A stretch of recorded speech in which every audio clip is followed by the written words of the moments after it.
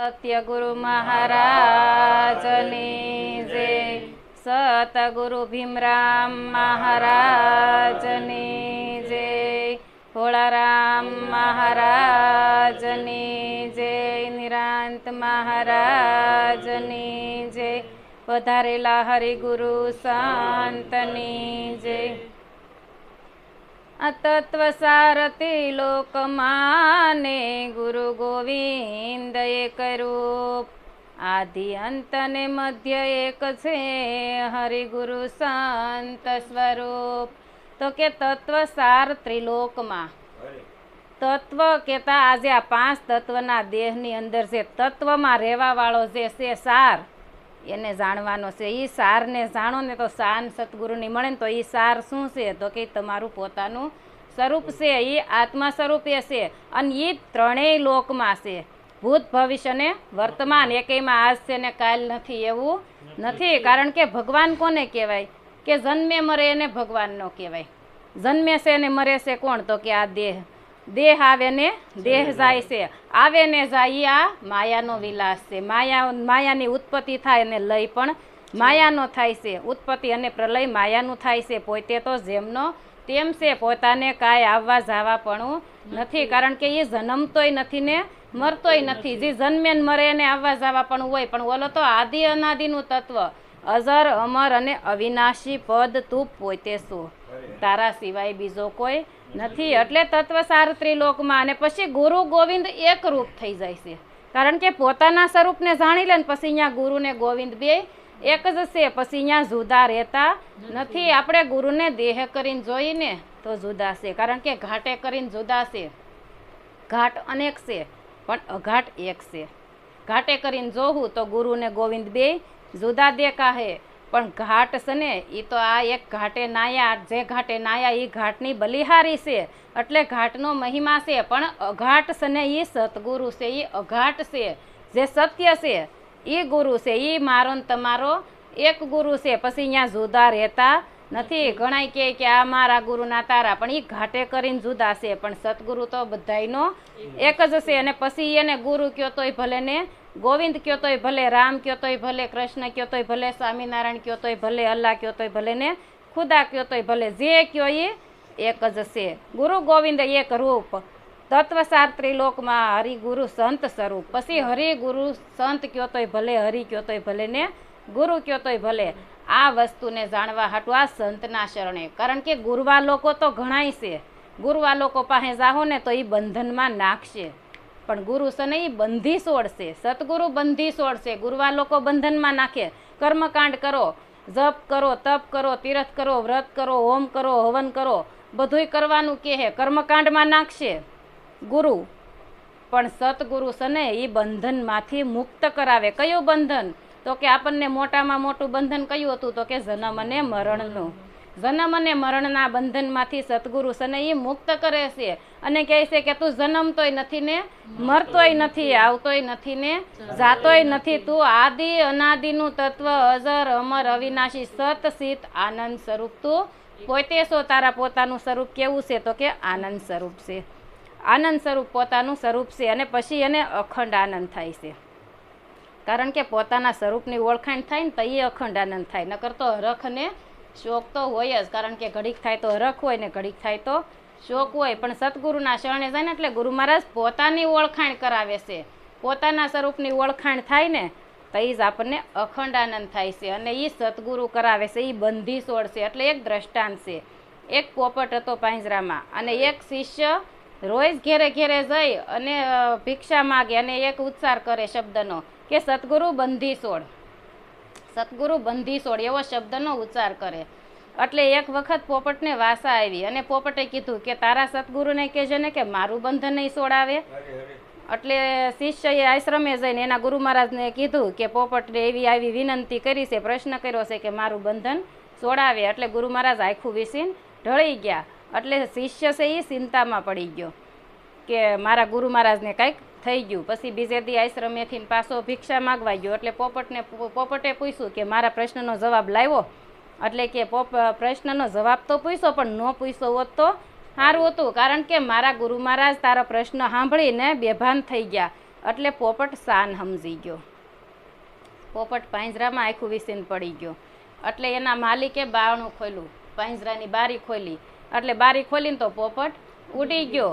એટલે પોપટનું બંધન છૂટી ગયું, કારણ કે પોપટ સાન સમજી ગયો. પણ ઓલો શિષ્ય રોજ ભેગો રહેતો હતો તો એ સાન સમજો નહીં. ગુરુના શરણે જાય એટલે ગુરુ મહારાજ બીજું કાંઈ દેતાય નથી ને કાંઈ લેતાય નથી, બસ સાન કરે છે. સાન સમજવાની છે. એ સાન સમજાઈ જાય તો બેડો પાર થઈ જાય. પોપટનું બંધન છૂટ્યું, એ પિંજરાનું બંધન છૂટ્યું. ને આપણને તો આ દેહના બંધનમાંથી ગુરુ મહારાજ મુક્ત કરી દેશે. દેહમાં બંધન હતું આપણને, એ બંધન તમને છોડાવી દે. અને આ કર્મકાંડના માર્ગમાં આપણે અંધશ્રદ્ધામાં અજ્ઞાનતામાં હાલતા હતા, એ માર્ગ છોડી અને વિહંગમ માર્ગ, તમારો માર્ગ છે ને એ વિહંગમ. પછી ગુરુ મહારાજ આપણે ગયા હતા, હાલીને ગયા હતા, દેહ લઈને ગયા હતા, પણ પાછા આવ્યા ને પછી અહીંયા દેહ રહેતો નથી. ગુરુ મહારાજ તમને સતગુરુ વિદેહી બનાવી દેશે. એ કઈ થાય તો કે જય સહજાનંદ સ્વામીએ શિક્ષાપત્રીમાં લખ્યું છે કે જીવ ઈશ્વર માયા ને બ્રહ્મ પરિબ્રહ્મનો જે ભેદ જાણશે ને એ સહેજે અક્ષરધામમાં જાય. જીવ ઈશ્વર અને માયા બ્રહ્મ અને પરિબ્રહ્મનો ભેદ જાણે ને એ સહેજે અક્ષરમ, સહેજે એટલે જીવતા અક્ષરધામમાં માલે. મેરા પછી કોણે મુક્તિ માણી છે અને અક્ષરધામ કોણે જોયું છે? એટલે કીધું કે અલખનો દરબાર અનોખો જીવતા જોઈ લેને, મુવા પછી કોઈ પાછું નથી આવ્યું કેવા મને કે તને એ જીવડા ઓળખી લેતું તને, કે અલખનો દરબાર અનોખો છે અને એ જીવતા જોઈ લેવાનો છે. કારણ કે મર્યા પછી કોઈ પાછું નથી આવ્યું કેવા મને કે તને એ જીવડા ઓળખી લેતું તને. એટલે પોતાના સ્વરૂપને જીવતા જાણી લેવાનું છે. મર્યા પછી કોઈને મુક્તિ મળી નથી ને મળશે નહીં. એટલે કીધું અગમ ઘરનો વાસી રે તું સોય, અગમ ઘરનો વાસી રે જી, જાણ્યા વિના તું ફરતો ફરે છે, જાણ્યા વિના તું ફરતો ફરે છે, બદ્રી કેદાર ને કાશી રે તું સો, અગમ ઘરનો વાસી રે જી. તું અગમ ઘરનો વાસી છો, તને તારું અગમ છે પણ તને તારા પોતાના ઘરની ખબર નથી. એટલે આપણું બહારનું ભટકણ છે, પણ ગુરુ મહારાજ બહારનું ભટકણ મટાડી અને દ્રષ્ટિ અંતર્મુખ કરી દેશે. આપણી અંતર્મુખ દ્રષ્ટિ થાય ને તો એ કણકણમાં પરમાત્માના દર્શન થાય. કારણ કે આ સર્મ દ્રષ્ટિથી તો જોહો ને તો નાના મોટા ઘાટ દેખાય, હારું નરહું દેખાય, મારું તારું દેખાય. એટલે સંતો કહે છે કે સર્મ દ્રષ્ટિવાળા દેહને જુએ, આત્મ દ્રષ્ટિએ હરી આપ, અવતારી પુરુષને કોઈ ન ઓળખે, ભલે બેટો હોય કે બાપ. આ સાંભળાની આંખથી તો હારું નરહું વાદ વિવાદ બધું થાય, પણ સંતો આ સર્મ દ્રષ્ટિ ઉતારે છે અને દિવ્ય દ્રષ્ટિ આપે છે. જે દ્રષ્ટિ અર્જુનને કૃષ્ણ ભગવાને આપી હતી એ દ્રષ્ટિ સતગુરુ આપણને આપે છે. અને એ દ્રષ્ટિથી આપણને કણકણમાં કૃષ્ણના, પછી રામ કયો તોય ભલે, કૃષ્ણ કયો તોય ભલે, સતગુરુ કયો તોય ભલે, એ એક જ છે, બીજો નથી. એટલે રાજા જનકે સભા ભરી હતી અને રાજા જનકને સપનું આવ્યું. રાજા હતો અને પણ એ સપનું આવ્યું ને તો સપનામાં ભિખારી થઈ ગયો. એટલે એને પ્રશ્ન ઊભો થયો કે આ હાસું કે પેલું હાસું. એટલે પછી એણે ઋષિ મુનિઓની સભા ભરી અને બધાને પૂછે કે આ હું રાજા છું એ હાસું છે કે ભિખારી બહેનો એ હાસું છે? એટલે કોઈ પ્રશ્નનો ઉત્તર દઈ શકતા નહોતા. તો એ બધાને કાળકોટડીમાં પૂરે. જે ઉત્તર ન દે કે એમાં અષ્ટાવક્રના પિતા હતા હોતન. તો એના પિતા થોડાક દિવસ આવ્યા નહીં ને એટલે એની માને પૂછ્યું કે મારા પિતા ક્યાં? એટલે કે એ જનકની સભામાં પ્રશ્નનો ઉત્તર દેવા ગયા છે પણ હજી પાછા આવ્યા નથી. એટલે કે હું એનો પ્રશ્નનો ઉત્તર આપે. એટલે અષ્ટાવક્ર ગયા. અષ્ટાવક્ર પ્રવેશ કર્યો ને રાજમાં, એટલે પ્રજા બધી હસવા માંડી. સંતો મહાપુરુષો બેઠા એ હસવા માંડ્યા. એટલે અષ્ટાવક્ર હસ્યા ને એટલે રાજા જનકને હસવું આવ્યું. એટલે એ હસ્યા એટલે અષ્ટાવક્ર હસ્યા. ઓલા બધા અષ્ટાવક્ર હસવા માંડ્યા ને એટલે ઓલા બધા શાંત થઈ ગયા. અને પૂછો પ્રશ્ન, રાજા જનકે પૂછ્યું કે આ બધાય તો હશે પણ તમે કેમ હસો? એ કે એ બધાય મને જોઈને હસે છે, હું તમને જોઈને હસું, કારણ કે તમે દેહને જોવો છો મારા, તમે સાંભળું. રાજા જનકને કે તું આ સમારની સભા ભરીને બેઠો છો, કારણ કે જે સાંભળાને જોવે ને એને સમાર કહેવાય. આપણે દેહ નાત જાતમાં જે હરિજન હોય એને સમાર કહેતા હોય, પણ એને સમાર ન કહેવાય, કારણ કે સમાર જે સાંભળું જોવે ને એને સમાર કહેવાય. એ કે જનક તું સમારની સભા ભરીને બેઠો છો, કારણ કે એ મારું સાંભળું જોવે છે. એમાં રહેલ પરમાત્માના દર્શન ઈ કરી શકતા નથી. પછી બધાય શાંત થઈ ગયા અને પછી એને પ્રશ્નનો જવાબ આપવા હાટું ગાદીએ બેહાર્યો. કારણ કે ગાદીએ બેહે ઊંચું પદ સદગુરુનું ઊંચું પદ હોય અને શિષ્યનું નીચું હોય. પછી એને પ્રશ્નનો ઉત્તર અષ્ટાવક્ર પાસે જનકને મળ્યો. તઈ જનક વિદેહી કહેવાના. કારણ કે દેહ સતા વિદેહી, પછી દેહમાં રહેવા છતાં એ વિદેહી દશા. આપણે સંસારમાં રહેવાનું છે પણ સંસારમાં સરસો રહે મન રાખ મારી પાસ, સંસારમાં લોપાઈને એને જાણવો હરિનો દાસ. સંસારમાં રહેવાનું છે, આપણને આ જીવન મળ્યું છે તો સંસારમાં રહેવાનું છે. સંસાર છોડીને કે જગત છોડીને ભાગવાનું નથી. સંતો જાગવાનું કે છે, પોતાના સ્વરૂપમાં જાગી જવાનું છે, ભાગવાનું નથી. કારણ કે ભાગશો તો જગત તો ભેગું જ આવવાનું છે.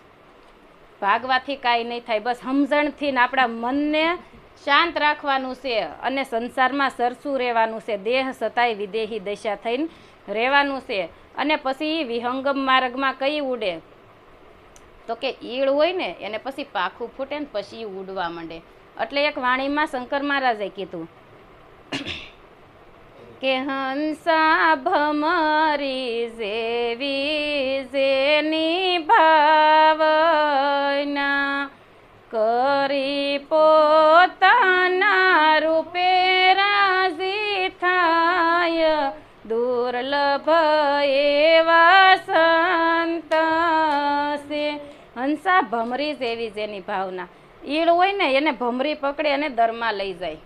પછી એક ડંખ મારે, બે ડંખ મારે, પણ જો ગુંડલું વળી જાય ને એને ઈ પછી ભમરી પકડતી નથી. પણ ઓલી હામી ઝાડ થાય, ઝાડ થાય ને એને પાખું ફૂટે અને પછી ઉડવા માંડે છે.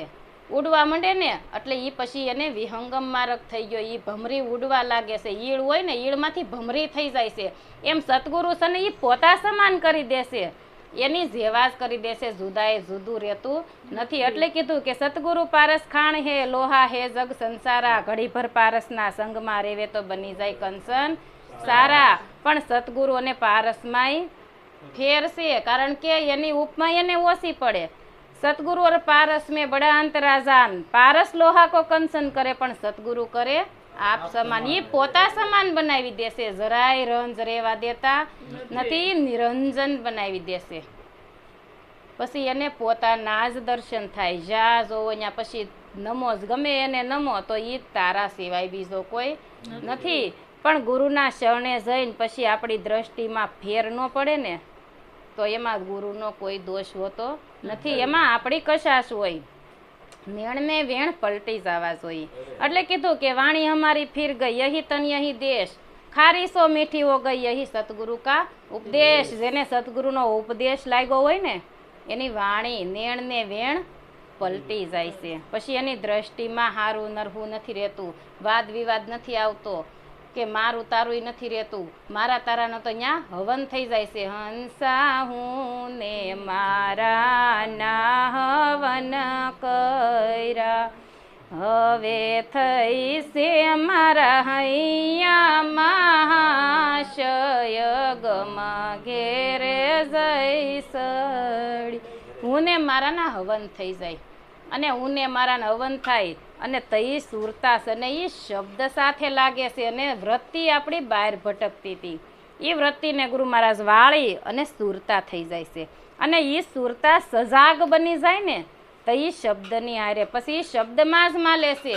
પછી એ આઘી પાછી થતી નથી. કારણ કે આપણને મૂંઢિયું ગુમડું થયું હોય ને તો આપણો જીવ હોય ગુમડામાં. એવી રીતે આપણી સુરતા પછી કોઈ આવીને આપણને હારી હારી વાત કરે, હારું ખાવાનું દે ને તો આપણને જીવ ક્યાં હોય, આપણો ગુમડે હોય. એવી રીતે આપણી સુરતા શબ્દમાં હોવી જોઈએ. એટલે કીધું કે મન વિંધાણો વાલાજીની સાથ, મને વાલો વિસારા નવ વિસરે, આઠે પોરાયોળંભા મારા યુરમાં, બીજી વાલીનો લાગે રે વાત, મને વાલો વિસારા નવા વિસરે. મન વિંધાઈ જવું જોઈએ, મન અમન થઈ જાય.